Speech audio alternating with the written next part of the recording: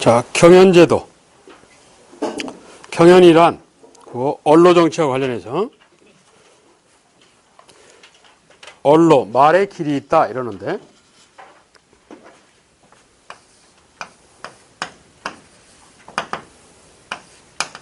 여기에 해당하는 게 경연이라는 게 있고, 서연이라는 게 있고, 그리고 상소라는 게 있고, 상소를 유식한 말로 청, 부탁의 상소에서 소청이라고도 해요. 그리고 순문, 돌아가면서 묻는다 해서 구원, 격쟁, 이런 것들이 언로정치인데, 이게 무슨 소리냐면, 경인이란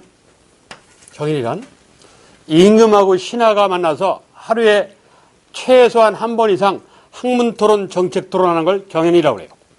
이걸 담당하는 관청이 아까 왕의 자문에 대비한다 하는 어디요? 홍문관이라는 데야. 왜 그러냐? 전제군주제 하에 임금이 잘못 생각하면 나라의 방향이 변할 수도 있어. 그래서 이 임금님을 신하들이 가르쳐야 된다는 얘기야. 자, 홍문관의 전신이 원래 홍문관 앞에 있던 게 집현전에 현명한 사람들이 모여있다. 그래서 집현전 이래.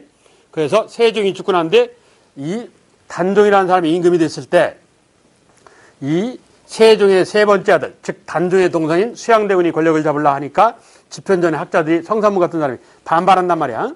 그래서 수양대군이 권력을 잡는 과정에 집현전을 없애버린다고.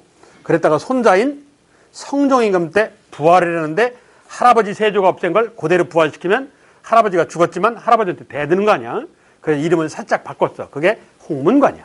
그러니까 집현전이 홍문관인 거야. 사실은 홍문관이란 문, 학문을 넓게 얘기해.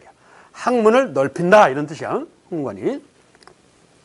그 완벽한 국사 교재가 방문각 이러는데 방문이라는 것도 그 뜻이야. 문, 학문을 해박하게 방문 이러는 거야. 여하튼 이 집현전 홍문관에는 장차관을 역임한 고위급 관리가 10여 명이 있어요. 얘네들 경연관이라고 불러. 그리고 신숙주 성삼문 같은 젊은 학자가 또 10명 있어. 20명으로 구성되어 있는데 얘네들 서연관이라고. 그래서 아침 먹고 점심 먹고 저녁 먹고 심지어 저녁 먹고 난 뒤도 할 수 있는데, 그래서 최소한 하루에 한 번 이상, 그러니까 원래 경국대전에는 3번 하게끔 돼 있어. 아침 먹고 조강, 점심 먹고 주강, 저녁 먹기 전에 석강 이런다고. 저녁 먹고 난 뒤 야강 이렇게. 근데 여하튼 한 번 이상, 물론 한 번도 안 한 놈 있어. 연산군 같이 그 폭군이지. 최소한 하루에 한 번 이상 학문토론, 정책토론을 해. 누가? 경연관이 임금하고. 그래서 영화본 거 갖고도 토론할 수 있고 현재 상황 갖고 설명할 수도 있고. 그래서 임금이 잘못 생각하면 임금님 그건 그런 뜻이 아니고요 하고 은근히 가르치는 거야. 그래서 이건 신하가 임금을 가르치겠다는 뜻이 경연제도예요. 예? 그리고 서연은 다음 때 임금이 될 왕세자를 젊은 학자들이 가르치는 거야. 그걸 서연이라고 해. 그러니까 왕과 왕세자를 가르치는 거야. 홍문관, 즉 집현전이 이걸 담당해. 그리고 지방의 백성들이, 양반인네들이, 일반 백성은 글씨를 모르니까 양반인네들이 글로써 국가정책을 건의하는 거야. 그게 상소, 좀 유식한 말로 부탁의 상소에서 소청 이러는 거야. 요거는 아래에서 위로 의견이 올라가는 거야. 이번에는 반대야. 임금님이 월드컵을 열 것인지 말 것인지 판단이 안 서. 어이, 체육부 관리들 와봐. 돌아가면서 묻는다. 순문이야. 그래서 순문은 전체 관리를 불러서 물어본다 해서 윤대. 순문 중에 올림픽 팀 너희들만 와봐. 이런다고. 이걸 좌대. 올림픽 중에 올림픽 담당관 너 혼자만 와봐. 홀로 독자를 써서 독대. 이러는 거예요. 이걸 합쳐갖고 순문. 돌아가면서 묻는다. 그래도 판단이 안 되니까 임금님이 사복을 갈아입고 길거리에 나와서 백성들한테 의견을 구해. 말을 구한다 해서 구언. 이런 거예요. 왜? 임금님 얼굴 모르니까. 포장마차에서 술 먹고 있는 백성한테 임금님이 월드컵 연다는데. 그랬더니 술 먹고 있던 백성이 술잔을 내려놓더니 미친놈 이러더라고. 그럼 백성의 의견이 전달되는 거지. 빨리 가서 때려치야지. 그리고 격쟁인데 이 격쟁은 원래 계도에 없던 거예요. 없던 건데 세종대왕 말년에 나온 건데 세종대왕이 머리끝에서 발끝이 병이야. 병이 성병부터 없는 병이 없어요. 세종대왕. 예? 코로나나 없을까? 웬만한 병은 다 있는데. 그래서 말년에 5월 달인데 부인하고 쉬고 있어. 근데 밖에서 꽹가리가 나. 시끄러워. 야, 저게 뭐냐? 그냥 내시켜서 알아봐라. 그랬더니 어떤 백성이 양반이 하도 때리는데, 억울하게 때리는데, 그래서 열받아가지고 항의 글로 임금님 좀 들어주십시오 하고 칭을 친 거야. 꽹가리를 친 거야, 요즘말로. 근데 우연찮게 그날 그 시간에 임금님이 그 담벼락 밑에 벤치에서 쉬고 있었던 거지. 임금이 우연찮게 들은 거야. 그래서 그거를, 야, 해당관청에서 그 연락을 해서 그 해결하라고 해라. 그런다고. 그래서 임금님이 말을 안 하고 어떻게 해결하나 지켜봤는데 백성한테 불리하게 해결이 가더라고. 양반이 잘못했는데 그 양반한테 유리하게 판결이 나가더라고. 아하, 이 백성이 어려움을 겪겠구나. 그래서 백성들이 격한 감정을 갖고 싸운다 해서 격쟁이라는 제도를 임금님이 만들었어. 세종대왕이. 제도화시켰어. 이게 지금으로 따지면 지금도 있어, 이 제도가. 전제군주제에서 임금님은 헌법이에요. 그런 이 헌법 기능을 하는 게 임금님이야. 오늘날은 백성들의 의견을 모은 법이라는 게 있지만 그 조선제는 법이 없잖아. 그래서 경국대제는 법이 있지. 그건 백성 의견을 모은 게 아니란 말이야. 그래서 이 전제군제는 임금님 말이 법이야. 그래서 오늘날로 따지면 격쟁제도를 지금으로 따지면 헌법 소원이라는 거야.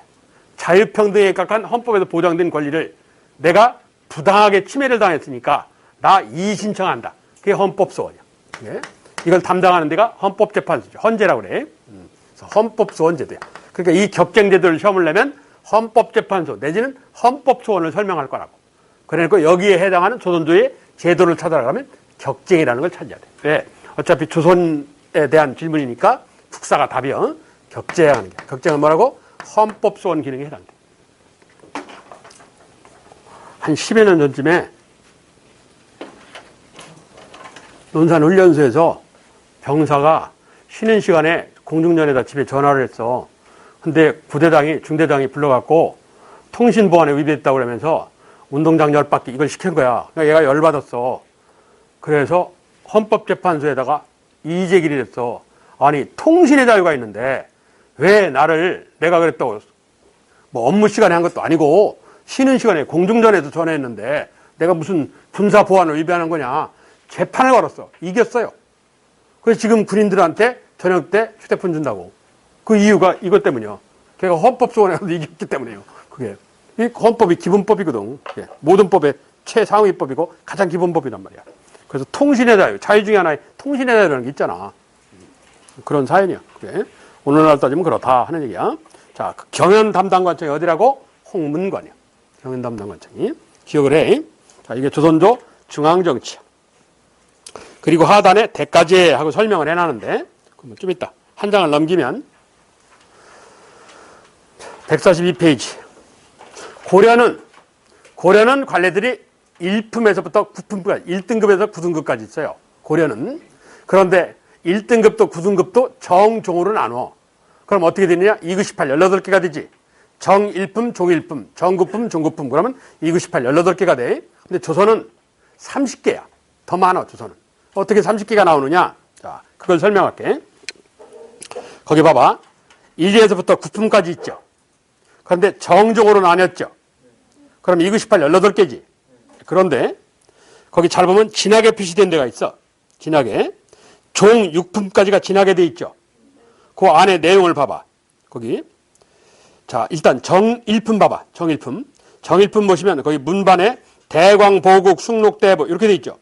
그런데 그 밑에 대광자 빠진 게 있지. 그러니까 대광, 보국, 숭록대보는 정일품 상이야. 대광대가 빠진 보국, 숭록대보는 정일품 하고 이런 현상이 종 6품까지가 있어. 그렇지? 그럼 무슨 소리냐? 자, 1에서부터 6품이야. 정종으로 나눴지. 그럼 12개지. 6개를 나눴으니까. 그런데 또 상하로 또 나눴지. 그럼 몇 개가 되는 거야? 24개가 된다고. 그렇지? 1에서 6품인데 정종으로 나눴으니까 12개가 되고 또 상하로 나눴으니까 24개가 되고 이런다고. 그런 다음 7, 8, 9품이야. 근데 7, 8, 9품은 어떻게 나뉘었어? 정종으로만 나뉘었어. 그렇지? 7, 8, 9. 3개 아니야? 정종으로 나눴으니까 6개지. 그래서 24 더하기 6. 그래서 30개야. 그래서 조선조는 관리들의 등급이 몇 개라고? 30개 등급이야. 30개 등급. 자, 이 소리야. 고려는 18개고. 자, 그리고 끝에 가서 당상구분 하는 게 있어. 당상구분. 거기 보면 당상관, 당하관 이렇게 돼 있죠. 당상관은 고급 관리야. 편의상. 정상품 상까지가 당상관이야. 그래서 얘는 임금님 가까이 앉는 애야. 쉽게 얘기하면. 높을수록 임금님 가까이 앉는 거야. 오늘날도 그래. 문재인 대통령이 회의할 때 바로 옆에 국무총리가 앉아요. 그러니까 순서대로 앉는 거야. 막 못 앉아. 막 못 앉게 돼 있어. 이렇게 딱 정해져 있어요. 눈에는 안 보여도 딱 정해져 있어. 앉는 자리가. 그럼 당상관이야. 당상관은 임금 가까이 앉는 높은 관리를 뜻하는 단어야. 당상관이라는 게. 그게 어디까지냐? 정사은품 상이야. 자, 이건 방법이 없어. 외우셔야 돼. 자, 문신관리일 경우는 정사은품 상이 누구냐? 통정대부야. 무신관리는 정사은품 상이 절충장군이야. 그것만 외우면 돼. 통정대부, 절충장군. 통절, 뭐 이렇게 외우든 하여튼 여하튼 외워. 그 장난칠 소지가 있거든. 그게. 다음, 당하관이야. 임금님에서 좀 멀리 앉는 관리들이야. 그걸 당하관이야. 당하관은 다시 참상, 참하라고 나눠. 당하관은 참상관은 조회에 참석할 수 있어. 임금님 아침 조회에 참석할 수 있어. 참하관은 아침 조회에 참석을 못해. 이렇게 당상, 당하로 나눠요. 자, 일단 기억할 건 당상관이야. 당상관. 당상관은 뭐라고? 정상품 상까지. 그러니까 일품에서부터 정상품 상까지. 이걸 당상관이라 한다. 이 당상관에 해당하는 애들이 뭐 문신일 경우는 통정대부, 무신일 경우는 절충장군 이러는 거야. 그리고 그 두 번째 서경. 서경이란 지금으로 따지면 인사청문회야. 임금님이 국무총리 장관을 임명할 때 국회 인사청문회라는 걸 하잖아. 그 사람이 과연 올바르고 그 장관 업무를 수행할 수 있는가 하고 국회에서 불러서 물어보고 이러잖아. 그걸 한자로 서경이라고 그래. 인사청문회를. 서경이라는 거야. 그런데 서경을 안 하는 애들, 비대상. 서경을 하는 애들, 안 하는 애들인데 위에 서경을 안 하는 애들, 이 서경 비대상. 비대상이 어디냐? 종사품. 종사품까지, 1품에서부터 4품까지는 서경을 안 해. 그럼 5품에서부터 9품까지는 서경 대상이야. 그 얘기죠. 왜 그런지는 좀 이따 설명할게. 자, 그리고 대가제. 대가제는 아까 서울시청인 한성부가 서울시청 공무원이 8명에서 11명밖에 안 됩니다. 이랬지. 전체 총수가 시기에 따라 약간 인원의 차이가 있는데 100명에서 150명밖에 안 돼요. 그 100명에서 최대 150명밖에 안 돼. 그 150명 드는 중앙관청 자리에 들어가려고 3년에 한 번씩 과거를 보는 거야. 그러니까 일평생 과거 공부하는 거야. 그러니까 수능 공부를 30년 이상을 해요. 최소한. 30년 이상을 하는 거야. 그러니까 일평생 과거 공부하는 거야. 그게. 그러니까 이게 낙타 반을 통과하는 거야. 이 고위관리가, 이 중앙관청 공무원이 된다는 게 국가직 공무원 되는 게 그렇게 어려워요. 물론 지방직도 그렇고. 자, 그래서 이게 들어가고 싶은데 7번, 8번 과거에 떨어지는 거야. 그럼 들어가고 싶은데 열받을 거 아니야. 한 번, 두 번은 내가 공부를 안 해서, 내가 무능해서 이런 거지. 모든 인간이 그것도 자반성이 한 번, 두 번이야. 3번, 4번 되면 이 빌어먹을 놈의 사회가 이런다니까. 그 화살이 이 국가로 가는 거야. 그게 그 인간이야. 그게. 그러니까 이 관직 들어가는 게 낙타 바늘이니까 명예관직을 주는 거야. 실제 업무는 없는. 그게 명예관직을 줘. 그걸 대가제라고 그래. 대가제. 일종의 보너스를 주는 건데 그 대가제 하는 제도야. 그럼 왜 그러냐? 양반이란 지배층 신분제도를 유지하려는 목적하에. 그게 대가제 운영이야. 그럼 대가제의 혜택이 거기 누구까지냐? 정삼품까지야. 무슨 소리냐? 1급 공무원, 1품, 2품, 3품 공무원이 국가에 공로를 세웠어. 그럼 그 공로를 점수를 주는 거야. 보너스 점수를 주는 거야. 그 보너스 점수는 받아가지고 곧바로 쓸 수도 있고 모아서 한 방에 쓸 수도 있어. 받아갖고 내가 공무원을 했어. 근데 나는 모아놨어. 모아놨는데 우리 아들이 비리비리해.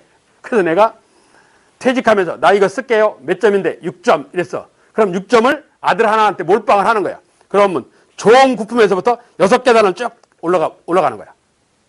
그래서 거기에 합당한 명예관직죠. 업무는 없어. 명예만 주는 관직이야. 명예관직을 주는 거야. 명예관직. 실제 업무는 없어요. 그게 대가제라는 거야.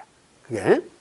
그러니까 한 번 양반인 사람은 가능한 한 계속 양반 신분을 유지해 주려고 이런 짓을 하는 거야. 그게. 자, 그게 대가제라는 거야. 정리. 첫째, 외우는 거야. 첫째, 당상관은 뭐라고? 정상품 상. 여기까지가 당상관이야. 두 번째, 대가제. 대가제 적용 대상은 뭐라고? 정상품 하. 그치? 정상품 하까지. 여기까지가 대가제 대상이야. 다음, 서경. 비대상. 서경 안 하는 거. 비대상. 서경 안 하는 거. 몇 품? 4품. 이렇게 순서로. 순서대로. 정상품 상. 당상관. 정상품 하. 대가제 대상. 그리고 사품, 그냥 종사품이지. 사품, 서경 비대상, 서경 안 한다요. 그러면 5품부터 9품까지는 서경을 해. 인사청문회를. 왜 그러냐? 조선 애들이 똑똑해. 이런 거요. 관직이. 높은 관리가 될수록 숫자가 적어. 영의정은 한 명밖에 없잖아. 이게. 그런데 조선조에 3년에 한 번씩 과거를 봐요. 과거가 문신 과거가 문과라는 게 33명을 뽑게 돼 있어. 딱 정해져 있어. 더 뽑고 덜 뽑고가 없어요. 이게 500년간 이걸 지켰어요. 이게. 그래서 33명을 뽑아. 그 중에 33명 중에 1등을 뭐라고 그래? 장원이라고 그래. 장원급제 그러잖아. 그 장원이라고 그러는데 얘는 정육품을 받아. 얘는. 같은 33명 안에 들어갔는데도 근데 어떤 애는 종구품을 받고 이래요. 종구품이 정육품을 되려면 한 30년 걸려. 그러니까 9급 공무원 시작하면 6급에서 끝나. 5급은 사무관이라고 그러잖아. 사무관은 행정고시 합격한 애들 사무관이라고 한단 말이야. 그게. 그래서 여기서 끝나는 거야, 여기서. 일반적으로. 예. 그래서 과거에 급제하는데 낮은 합격을 하면 현직 관리 공부 또 해요. 그래서 과거를 또 봐. 조선은 그랬어, 실제로. 여하튼 그런데 우리 아버지가 고위공무원을 했어. 2급 공무원을 했단 말이야. 2급 공무원을 했는데 보너스 점수를 4점을 갖고 있어. 근데 아들이 나 하나야, 예를 들어서. 그럼 이걸 나 아들한테 써. 그럼 내가 장원을 급제했으니까 정육품이라고 그랬잖아. 그럼 내 위에가 종오품, 정오품 이렇게 돼 있잖아. 그럼 내가 보너스 점수를 내가 몇 개라고 했지? 4개라고 치자고. 4개면 이게 지금 2개 아니야. 더 올라가야지. 근데 요거 이상은 못 가. 정오품 이상은 못 가게 돼 있어요.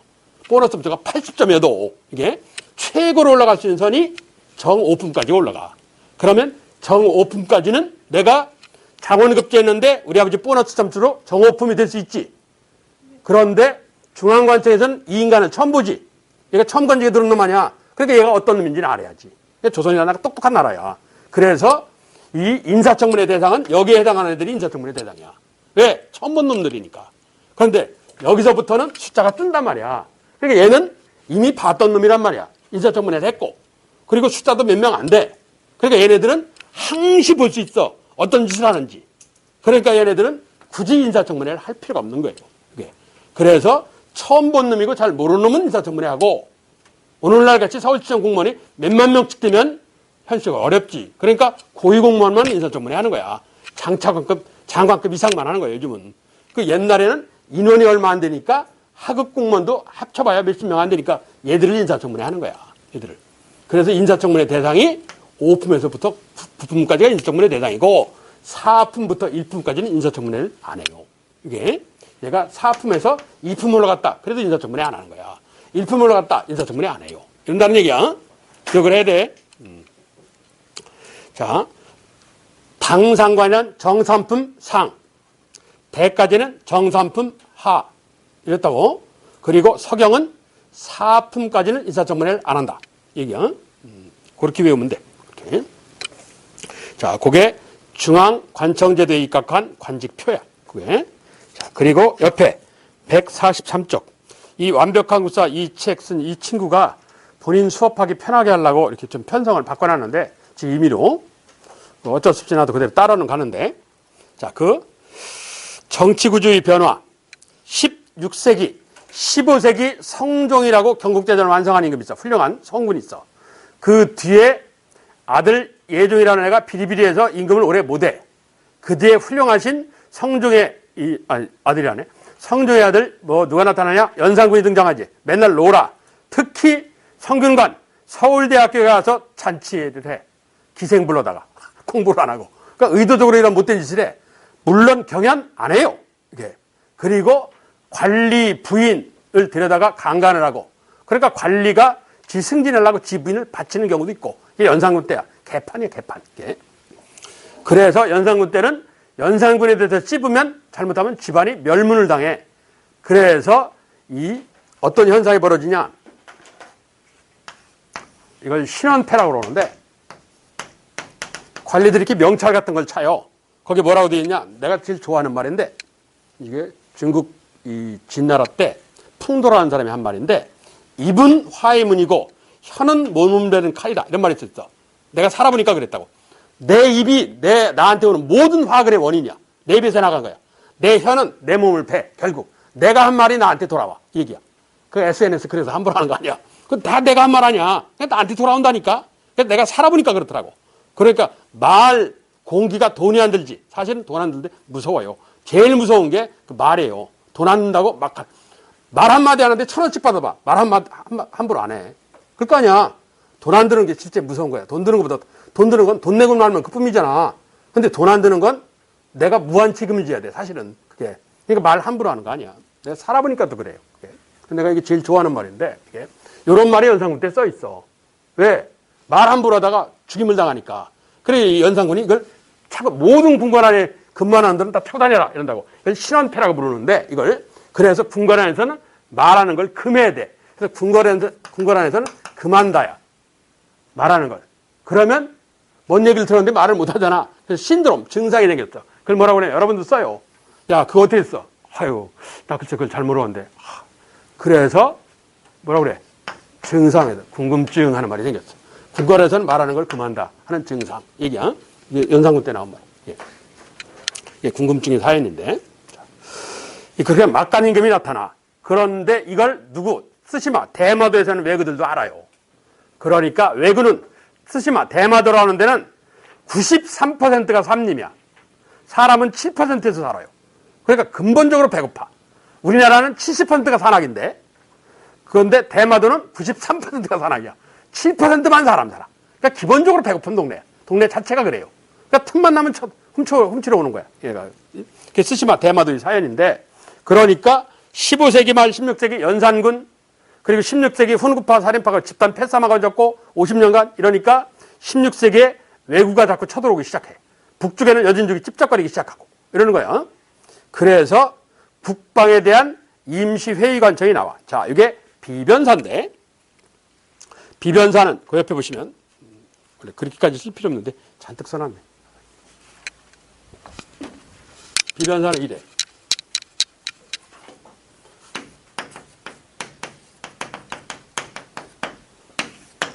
비변사는 언제 설치했냐? 16세기 초반에 중종이라는 임금 때 설치했어요. 뭘 계기로 설치했냐? 부산포연포 제포, 저 경상남도 일본 쪽에 부산포연포 제포, 삼포, 세 개 항구, 부산포, 부산, 연포, 울산, 제포, 지금 창원. 거기에 이 삼포에서 왜구가 쳐들어와서 배고프다고 난리를 펴. 이걸 삼포해란이라고. 삼포해란하는 사건을 계기로 설치를 해. 16세기 초반 중종 때 설치했어. 이때 설치했을 때는 뭐라고 그랬냐? 지변사 재상회의라고 해서 설치했어. 이름이 비변사가 아니고 지변사 재상회의. 변방에 대해서 잘 아는 관청의 높은 관리, 재상이 모여있는, 이게 누구 얘기하는 거냐? 우의정 얘기하는 거예요. 우의정. 좌의정은 이호예라는 중앙관청을 담당해. 오늘날 총무처 행정자치부, 호 재정경제부, 예 교육부, 문신 쪽이잖아.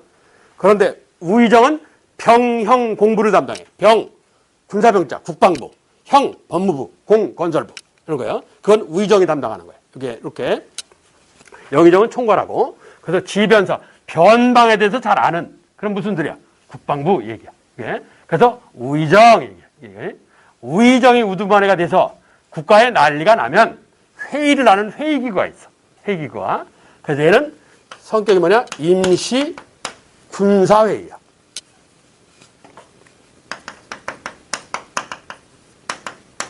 군사회의체야. 회의기구야. 회의기구.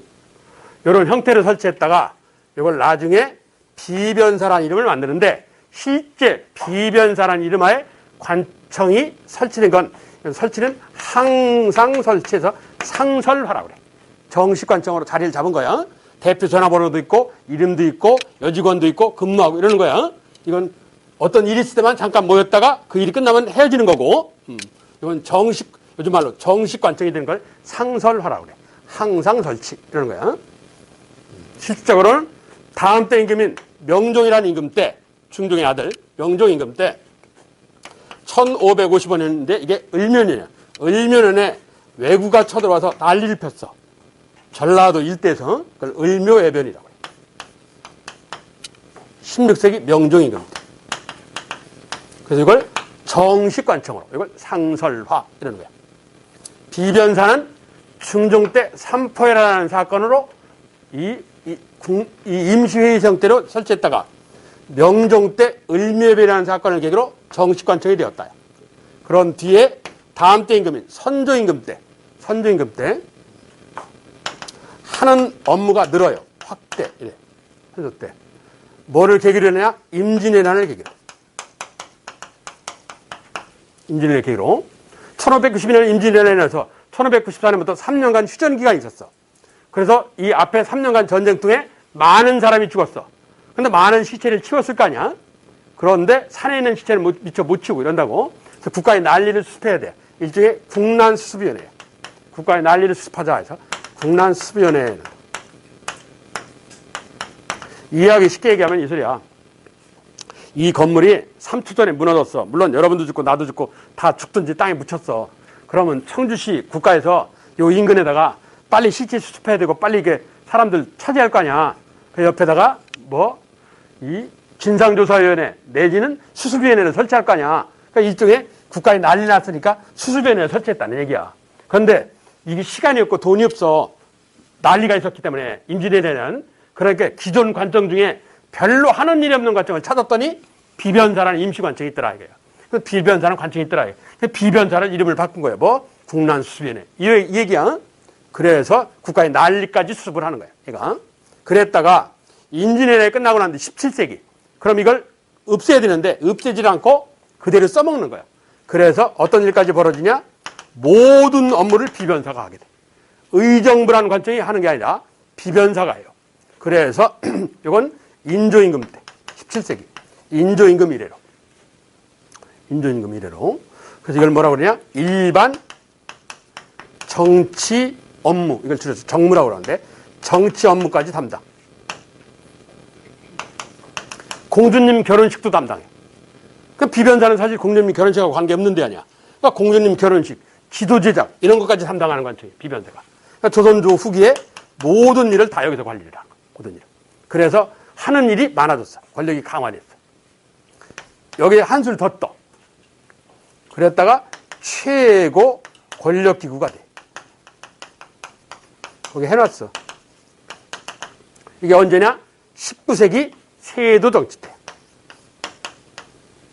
특정 집안의 권력을 잡는 세도 정치기. 19세기. 이게 비변사야. 이게. 그래서 비변사는 정리해보면 임시 군사회의에서 국정, 국가정치 최고 권력기관으로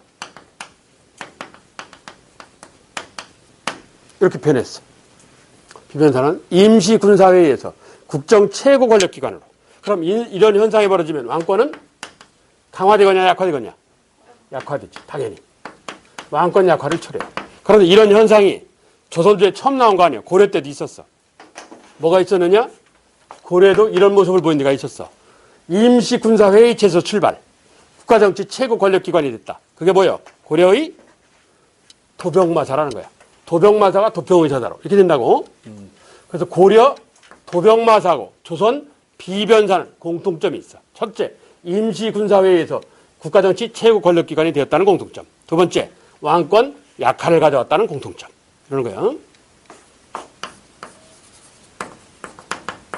고려 도병마사하고 조선 비변사 같이 기억해야 돼. 같이. 자, 그게 비변사에 관한 얘기야. 비변사를 시험을 곧잘 잘 내. 예. 그 밑에 3, 4 뭐 그렇고 밑에 일요로봉도 임금님이 앉아 계시는 의자 뒤에 병풍에 있는 그림이야. 임금을 상징하는 그림이야. 일, 해, 월, 달. 그게 일요로봉도 하는 건데 이게 중앙정치 얘기야. 다음 지방행정. 제가 전에 고려신라 때 뭐라고 했냐면 국가가 행하는 모든 행위가 지방하고 관계가 있으면 다 답이 뭐냐? 중앙집권이야. 중앙집권을 위한 지방행정을 하는 거야. 신라가 됐든 고려가 됐든 조선이 됐든. 중국은 다 중앙집권이야. 왕을 중심으로 권력을 모으자야. 예? 중앙집권을 위한 지방행정이야. 중앙집권. 오늘날도 그런 거야. 중앙집권을 위한 지방행정이야. 오늘날 중앙집권 하에 지방자치 하잖아. 다 최종 목적은 중앙집권 하란 말이야. 예? 자, 그걸 고려하고 비교를 해놨어. 지방제도를. 고려는 일부 군현에만 지방관을 파견했다. 여기를 주인된 현, 주현, 주인된 군, 주군 이런다고. 그러면 지방관이 파견이 안 된 군, 지방관이 파견이 안 된 현이 있을 거 아니야. 거기를 소속된 현, 속현, 소속된 군, 속군 이러는 거야. 그럼 전체 10분의 1은 지방관 파견을 했는데 10분의 9는 지방관 파견을 못했어요. 이게. 그러면 거기 속현, 속군은 그리고 특수행정부라긴 향서부국하는 게 있잖아. 향서부국은 어떻게 하느냐. 거기는 지방 세력자인 향리가 알아서 지휘 통솔을 해. 알아서. 그러니까 완전히 중앙지권이 안 된 나라지. 고려라는 나라는. 고려는 일부 군에만 지방관 파견. 거기를 주현이라 한다. 그러면 속현은 지방관 파견 안 된 지역은 어떻게 하느냐. 지방 향리가 알아서 지휘 통솔을 한다. 그래서 고려는 향리 힘이 세요. 고려는. 그래서 향리는 원래 출신이 호족이야. 그 호족 세력을 근거지로 고려라는 나라는 전국을 5개 도로 나눴어. 5도. 그리고 북쪽에는 군사특별, 민족이 자꾸 찝쩍거리니까 군사특별 행정도를 만들었어. 그걸 뭐라 그래? 양계. 그럼 결국 고려는 7개 도인 거지. 그렇지? 5도와 양계니까 7개 도인 거야. 그런데 이에 반해서 조선이야. 옆에. 조선은 처음부터 1392년 7월 17일 날 조선이라는 나라가 출발해. 개경에서. 그런데 1391년 12월 7달 전에 모든 군현의 지방관 파견해. 334개 군현인데 334개 군현에 전부 다 수령, 사도를 다 보냈어요. 이미 조선을 세우기 전에. 그러니까 처음부터 중앙지원을 하고 출발한 나라예요. 나라 자체가. 고려하고 조선이 전혀 달라요. 그래서 모든 군현의 지방관 파견이야. 그럼 모든 군현의 지방관을 파견했으면 속군과 속현은 필요 없지. 그래서 속군과 속현은 조선을 없애버렸어. 아울러 향서부국 제도를 없앴어. 그래서 거기 폐지 이런 거야. 그러면 향리는 조선에선 별 볼 일 없어요. 수령, 신분구라는 똘만이야.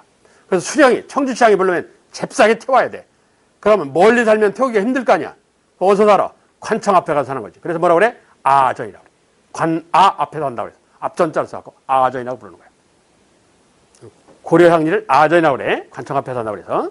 그래, 아전이라는 거야. 그 향리가 별 볼 일 없어진 거지. 예. 그래서 조선이라는 나라는 처음부터 중앙집권을 했기 때문에 그냥 임금님 마음대로 전국을 나눈 거야.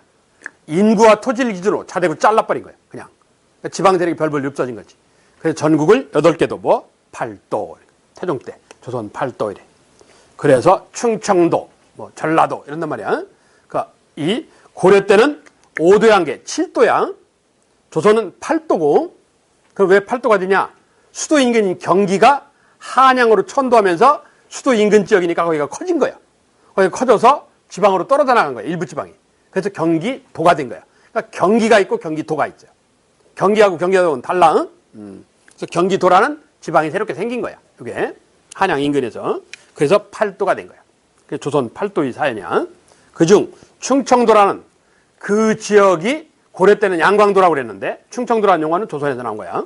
충청도는 그 지역의 큰 도시인 충주하고 청주가 있기 때문에 충청도야. 전라도는 전주하고 나주가 있기 때문에 이런 거야. 지명의 사연이. 대청댐은 대전에서 청주 사이에 있다고 대청댐이고. 자, 그게 조선 8도의 사연이야. 자, 그러면서 그 밑에 지방자치 인정 효율적 중앙집권화 유양소 경제소. 자, 이게 중요해. 자, 조선조 지방에 대해서 제일 중요한 얘기가 저 유양소 경제소와 관련된 사항이야. 예. 그런데 이 얘기는 옆에 이제 하단에 보시면 있어. 유양소 경제소. 그렇지? 쭉 정리해놨어. 그만큼 중요하다고. 그 얘기는 이따 할게. 자, 밑에 봐봐. 도. 8도, 도. 도의 책임자. 오늘날 도지사. 조선에서는 관찰사라고 그래. 관찰사는 기본 임기가 1년이라고 그랬지. 상황에 따라서 1년 더 연임할 수는 있지만. 그리고 도 밑에는 부가 있고, 목이 있고, 군이 있고, 현이 있고. 부목군현. 이래. 부의 책임자는 뭐 부사. 목의 책임자는 목사. 청주는 뭐였어? 목이요, 목. 그 대부분 끝에 주자가 들어가. 청주, 진주, 이런데 그 주자 쓴 데가 거의 목이야. 고려 때 목들이야. 12목 이러잖아. 그 밑에 군이 있어. 군의 책임자는 군수. 지금도 군수라는 말 썼잖아. 현의 책임자는 큰 현, 큰 마을이 있고 작은 마을이 있어. 큰 데는 책임자를 현령, 작은 데는 현감. 이래. 같이 지방 수령이야. 자, 그게 부목군현이라는 거야. 이 부목군현은 지방관 파견 지역이야. 지방관 파견 지역이야. 중앙정부에서. 그 지방간 파견 지역을 한자로 뭐라고 그러냐? 향이라고 그래, 향. 고려 때도 똑같다, 향. 그 밑에 밑줄 쳐놓고 지방간 파견 그렇게 돼 있잖아. 거기다 향 이렇게 써. 그리고 지방관이 파견 안 되는 지역이 있어. 자치지역. 그걸 뭐라고 그러냐? 촌이라고 그래, 촌. 거기에 해당하는 게 면리통이야. 그래서 합쳐서 향촌인 거야. 향촌이란 말이 그래서 나온 거야. 자, 그 밑에는 아까 떠든 얘기야. 인구와 토지를 기준으로 조선이 8도를 나눴다. 고려는 수령이 지켜야 할 5가지, 수령 5사라는 게 있는데 조선은 2개를 더 추가해서 수령 7사라 한다. 수령이 지켜야 할 7가지. 그럼 고려 수령 5사에서 2가지가 더 추가가 돼서 수령 7사가 됐어. 추가된 2가지가 뭐냐? 3번과 4번이야. 오늘날 젊은이의 고민. 3번 학교 흥, 학교 가는 문제. 4번 군대 가는 문제. 군역정이라고 그래. 그 3번과 4번 묶어서 조선 추가. 이래. 조선에서 추가된 사항이야. 그래서 도지사가 이걸 기준으로 각 부사 목사를 점수를 매겨갖고 중앙정부에 보고를 하는 거야. 그럼 중앙정부에서 승진 좌천을 결정하는 거야. 그걸 인사고과를 하는 거야. 도지사가. 자, 그게 수령 7사야. 고려는 그냥 별로 효과가 없었는데 조선은 이 수령 7사를 잘 써먹었어. 조선은. 자, 그럼 밑에 유수는 분은 그냥 읽어보면 되고. 수도 서울 인근의 중요지역. 자, 옆에 지방제도 운영, 관찰사. 관찰사는 수령이 아니다. 수령을 지휘감독하는 사람이지 수령은 아니에요.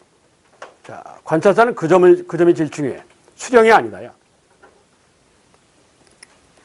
지방의 수령에 대한 감시순찰, 감찰하고 민생순찰, 그리고 도에서 세금이 잘 거치나 확인. 자, 그 밑에 수령이 있다. 해당 군년에 행정, 사법, 군사권, 재정권을 갖고 있다. 임기는 1800일, 최대 5년이다. 여기에 해당하는 수령에 어쩌고저쩌고 방금 전에 떠든 게 있고, 그리고 밑줄 쳐놓은 거 행정직해상 모두 병렬적으로 관찰사 관할하에 했다. 이렇게 되는데 좀 이따 설명할게. 자, 수령에 대해서 백성이 재판 걸면 안 된다. 그래서 세종대왕이 부민고수 금지법이라는 법을 만들어. 청주시장을 재판 걸지 말아라. 얘기야. 업무 보는데 방해된다. 얘기야. 그러면서 지방의 실질적인 공무원, 지방직 공무원, 향리. 조선에서는 아전이라고 부르는 애들. 향리. 향리는 수령 행정물 실제 보좌는 보좌진이다. 권한, 급료가 없는데 고려는 향리가 급료가 있었다고 그랬지. 뭐 외역전. 그렇지? 이 외역전이 조선도 세종 때 없애버렸어. 그래서 조선 향리는 급료가 없어. 근데 지방직이야. 고려 향리는 공무원이 아니야. 지방 세력자야. 공무원이 아니에요. 그런데 외역전이라는 토지를 줘요. 조선 향리는 공무원인데 월급을 안 줘. 토지를 안 줘. 완전히 반대지. 그 왜 조선은 그렇게 생각했냐? 이 향리가 업무하는 거를 국민의 의무 중에 하나를 봐. 부격으로 보는 거예요. 부격으로. 향역이라고 해서. 그러니까 의무니까 월급을 줄 이유가 없지. 직장이라고 안 본 거야. 오늘날 군대 가면 그게 직장이 아니지. 현재 의무복무한 애들 이 직장이 아니잖아. 걔네들 돈 받는 게 요즘 좋아졌다. 우리 아들이 지금 올 좀 요즘 코로나 때문에 일찍 제대해서 6월인데 4월 말에 제대하는 모양인데 15만 원인가 18만 뭐 그 정도 받는다대? 나 때는요. 나 제대할 때 1,500원인가 받았어. 내가 그걸 2등병 때부터 다 모아가지고 파카웃 사 입었어. 제대하고. 그 한 10몇 년 잘 입었는데 그럼 15만 원 갖고 한 달 생계가 불가능하잖아. 근데 그건 월급은 아닌 거야. 그게. 그래서 그냥 용돈 정도로 주는 거야. 용돈 정도로. 직업군인이 아니란 말이야. 그게. 그렇듯이 국민의 의무, 이걸 국역의 의무라고 그래. 국역의 의무의 하나로 보는 거야. 국역의 의무. 뭐가? 아전, 향리의 의무를. 그래서 급료를 안 줘요. 급료를 안 주다 보니까 어떤 인물이 생겨? 부정부패가 생기는 거지. 조선조 향리가 많은 부정부패를 해요. 그런 사연이 생기는 거야. 이게 그거야. 시중에 책자에 안 나오는 소리야, 이게. 내가 그 공부해서 찾은 거야. 왜 그러는지. 시중 책자 뒤져봐. 그 설명이 나오나? 안 나와요. 그게. 그냥 월급을 안 준다. 이렇게 돼 있지. 왜 안 주는지를 몰라. 그래. 어지간한 책자 뒤져서는 안 나오는 소리야, 이게. 잘 기억하고 있어. 예. 자, 그래서 거기 보시면 권한, 급료가 없다. 이렇게 돼 있고, 특징, 실무를 세습한다. 아버지에서 아들로 대체로 직업이 이어져가. 그리고 무보수다야. 그래서 16세기 방납의 폐단, 백성을 상대로 나쁜 짓 해. 조선족의 농민이 열받아서 들그려나는 사태의 원인이 이 향리 무보수 문제야. 예.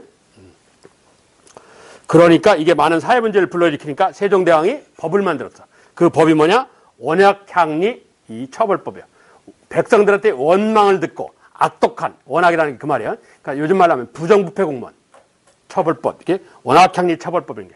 세종대왕이 수령에 대해서는 뭐라고? 고소하지 말아라. 부민고소금지법. 향리는 고소해도 된다. 원악향리 처벌법. 이러는 거야. 그리고 수령은 고소하지 마. 수령은 양반이니까 고소하지 말아라. 이러고 향리는 고소해도 된다. 이랬어. 자, 그리고 그 밑에 면리제. 이건 별 필요 없고. 자, 유양소경제소요. 유양소경제소. 이게 중요해. 그래서 상세하게 써놨는데 한 장을 남기면 유양소경제소를 또 해놨어. 그럴 만큼 중요해. 그 하단에 유양소 양반들이 모여서 회의하는 장면의 그림이야. 자, 그 유양소경제소를 설명할게. 이걸 설명하려면 전제 조건이 있어.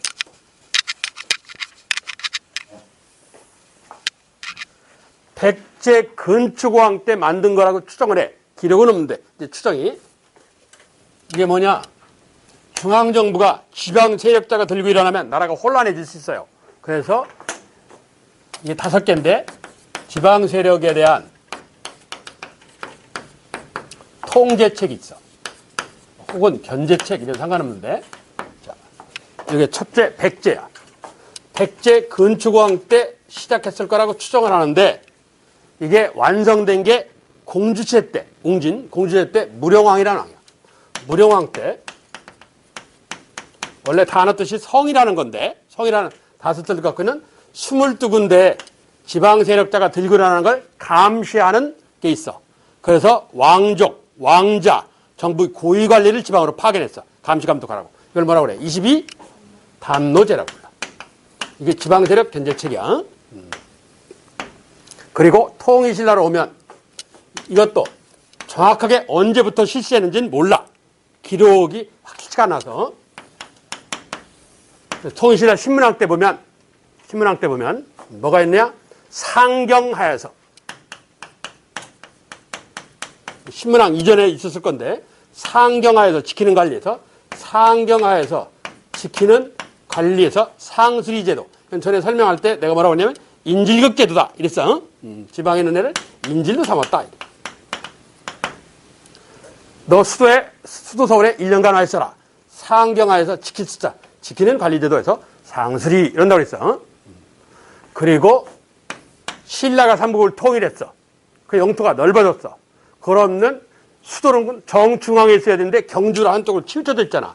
그래서 대구로 이사 가려고 하는데 귀족들이 반대를 해. 근데 귀족들이 내놓은 대안책이 수도를 대신할 만한 광역시 5개를 두십시오 해서 5개의 작은 수도에서 뭐라고? 오수경 하는 걸로. 역시 고구려 귀족, 백제 귀족을 분산 배치시켜. 고려 귀족들은 저쪽 전라남도 남원 인근으로 쭉 찢어 놓는 거야. 가야 귀족들은 경상도 전라도 애들이니까 충청도에다 쭉 찢어 놓는 거야. 이게. 그래서 충청부터 진천, 김유신 집안 이런 식으로. 원희 집안은 경주 외곽 이런 식으로. 그리고 대가야, 우룩 집안은 충주에다가 이렇게 서로 연결해서 힘을 모으면 안 되니까 그럼 분산 배치를 했어. 그게 오수경제도예요. 그리고 고려요. 고려태조 왕건이가 자, 이 상수리 제도를 갖다 쓰는 거야. 거기에 있는 사람에서 뭐라고 그래? 거기에 있는 긴제도. 그리고 뭐 오수경제를 갖다 쓰진 않고 통일신라의 마지막 임금 경순왕 김부라는 사람이 신라라는 나라를 들어다가 왕건이한테 바쳤어. 그래서 왕건이는 이 통일신라 마지막 경순왕 김부보다 나이가 어려. 자기보다 나이가 어린 사람을 사위로 삼어. 자기 막내딸 낙랑공주하고 혼인시켜. 정략적으로.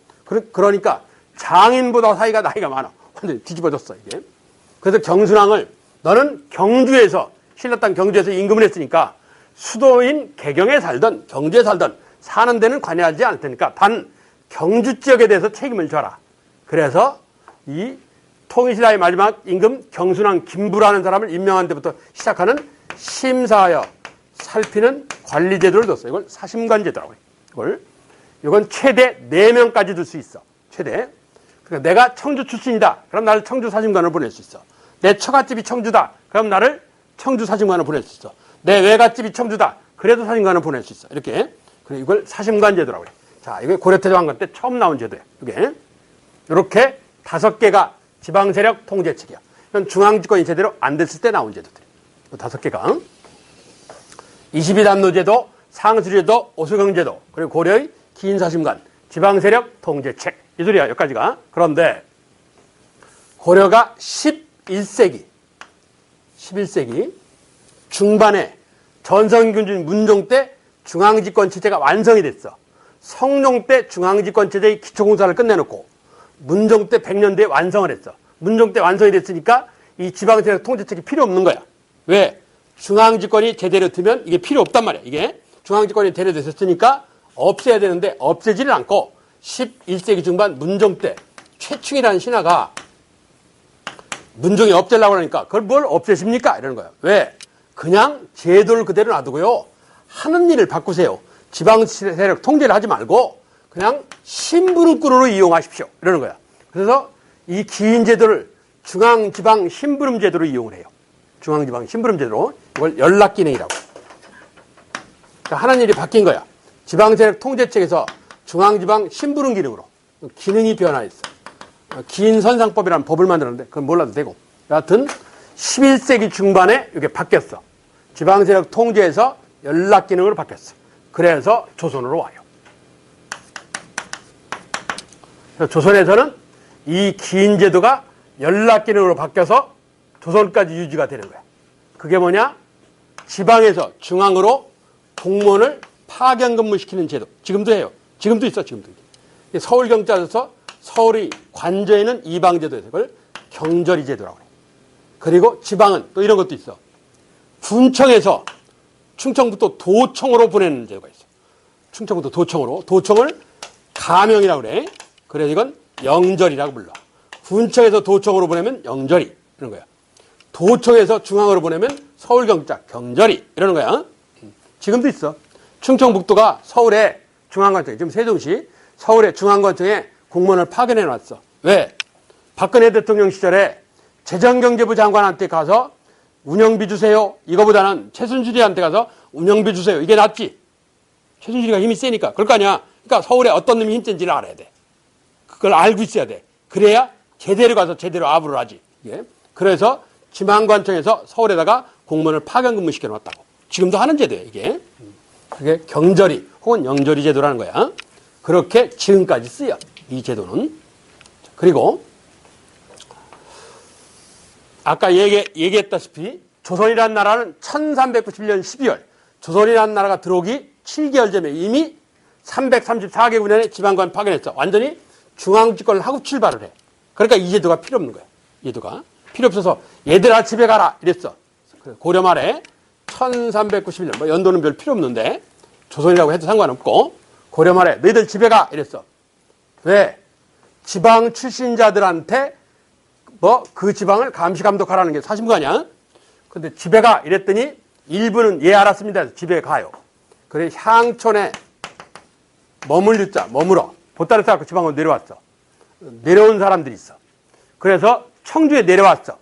내려왔더니 청주에 뭐 원래 있던 토착 세력들이 있단 말이야. 라이온스 로타리 클럽 회원들, 좀 돈 있고 힘 있는 놈들, 그놈들이 지들 잘났다고 놀아. 컨트리맨들이.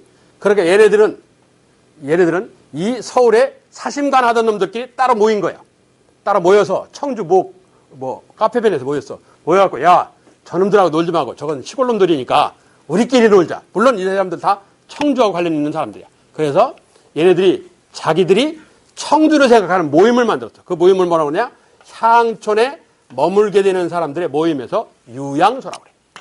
이걸 유양품관이라고 사심관을 했던 자들의 모임이야. 그래서 이걸 유양소제도. 소는 자치기구야. 밭질소 이러잖아.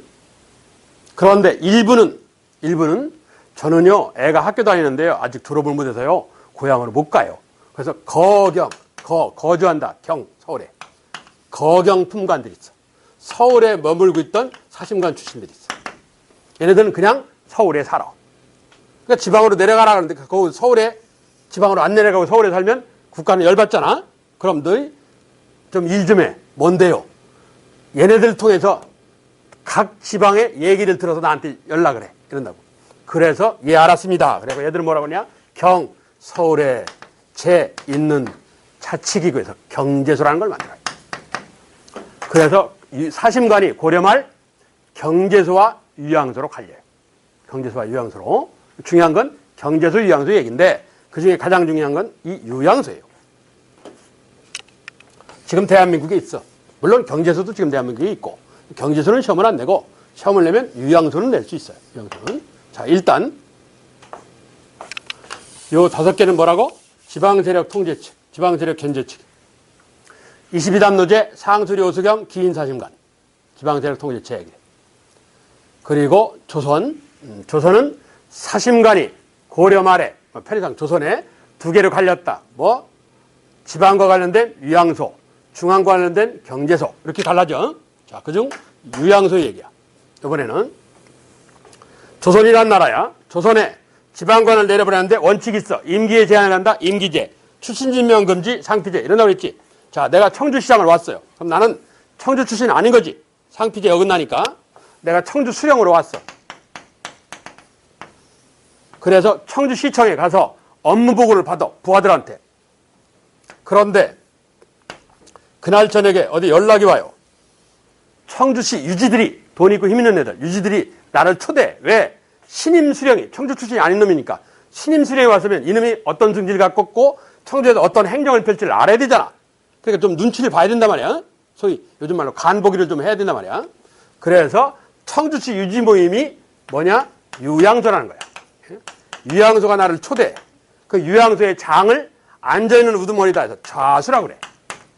청주 한시가 유명하니까 한좌수 이런단 말이야. 지금 청주시의회 의장이야. 얘가 나를 초대해. 그래서 청주에 처음 오시니까 어떻습니까? 이러는 거야. 아, 청주는 옛날 삼국시대 때, 진짜 청주는 옛날 삼국시대 때 나온 도시야. 삼국시대 때 나온 도시라 도로폭이 협소해. 그래서 불법 주차 그리고 무단횡단이 많어. 내가 보니까 그렇더라고. 대전은 뭐 근대 때 나온 거라. 얼마 안 됐어. 100몇십 밖에 안 된 도시고. 예. 그래서 함부로 무단횡단하는 사람한테 벌금을 1000만 원씩 부과하려고 합니다. 나 이게 신임사학도의 생각입니다. 그러면 불법 주차 안 할 거 아닙니까? 무단횡단 안 할 거 아닙니까? 그 얘기를 들은 한좌수가 청주는요, 삼국시대에 나와서요, 도로폭이 좁아요. 그래서 도로를 못 넓혀요. 유럽의 자동차가 옛날부터 세계에서 가장 먼저 자동차를 만든 데가 유럽인데 왜 자동차가 작은 줄 알아요? 거기에 옛날부터 있던 도로라요. 도로를 못 넓혀요. 그런 거요. 유럽의 자동차들이 피아트, 벤츠 차가 별로 안 커. 미국 자동차는 크잖아. 큰 자동차를 못 만들어서 안 만드는 게 아니야.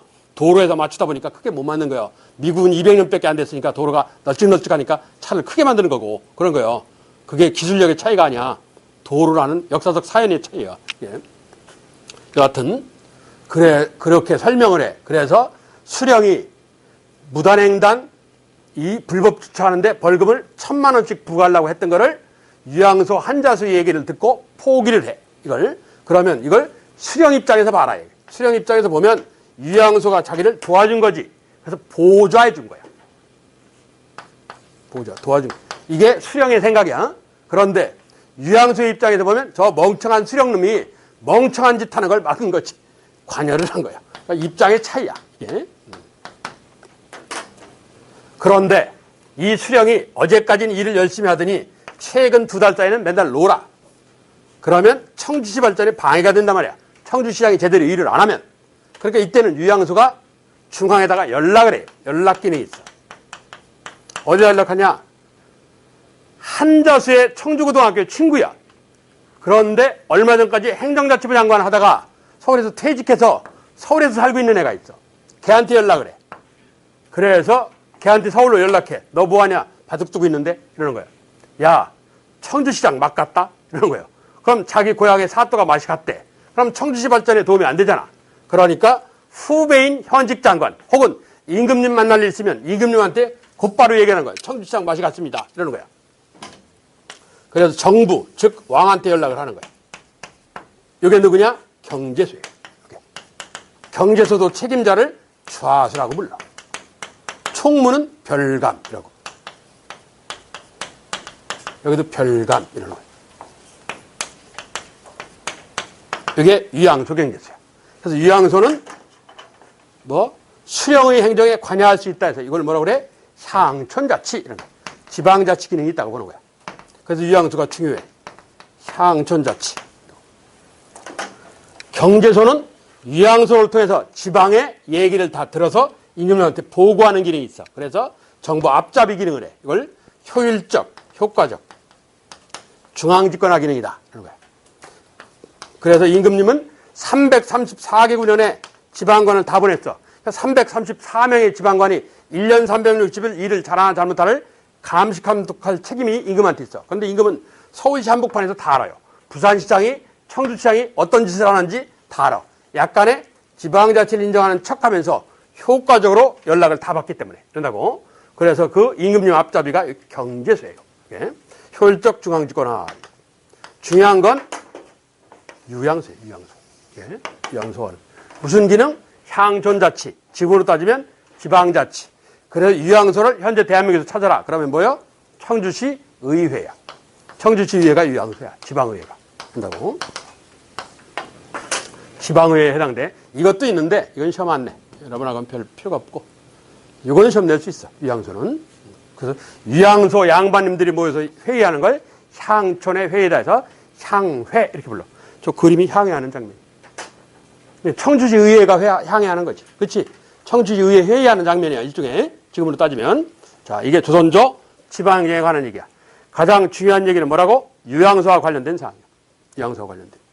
그걸 그 이전 거부터 다 정리를 해보면 이렇게 된다 하는 얘기야. 그래서 아래 할 것이 뭐? 지방세력 통제책, 백제의 22담노제, 신라의 상수요소경제도, 고려의 기인사심관. 이건 지방세력 통제책에 해당돼. 그러면서 고려 말에 사심관 제도가 뭐로? 유양소와 경제소로 갈렸다. 그중 유양소는 향촌자치, 지방자치 기능이 있고 경제소는 중앙집권 기능이 있다. 이런 거야. 둘 다 책임자는 좌수라 부른다. 그래서 이게 사료에 좌수 하는 말이 나오면 유양소 아니면 경제소가 관한 설명이야. 유양소면 향촌자치, 지방자치라는 설명이 따라 나올 테고 경제소면 중앙집권의 얘기가 따라 나올 거라. 틀림없이. 그렇게 시험을 낼 수 있다. 이런 얘기야. 그만큼 얘가 중요해서 2페이지에 걸쳐서 나와 있는 거야. 그만큼 조선조 지방에서는 가장 중요한 얘기예요. 이게. 자, 그게 146페이지 상단의 얘기야. 상하단에. 그 밑줄까지 쳐놨어. 가 유양소, 나 경제소. 그리고 앞에 페이지에 정리를 해놨고. 그게 조선의 지방행정. 이게 어려워. 어려운 만큼 시험을 잘 내요. 자, 첫째 중앙정치, 두 번째 지방행정. 이렇지. 지금 남아있는 건 군사군역, 교육과거. 이거 남아서 이 두 개. 군사군역, 교육과거. 쉬었다가 군사군역, 교육과거. 이거 할게. 쉬었다 합시다.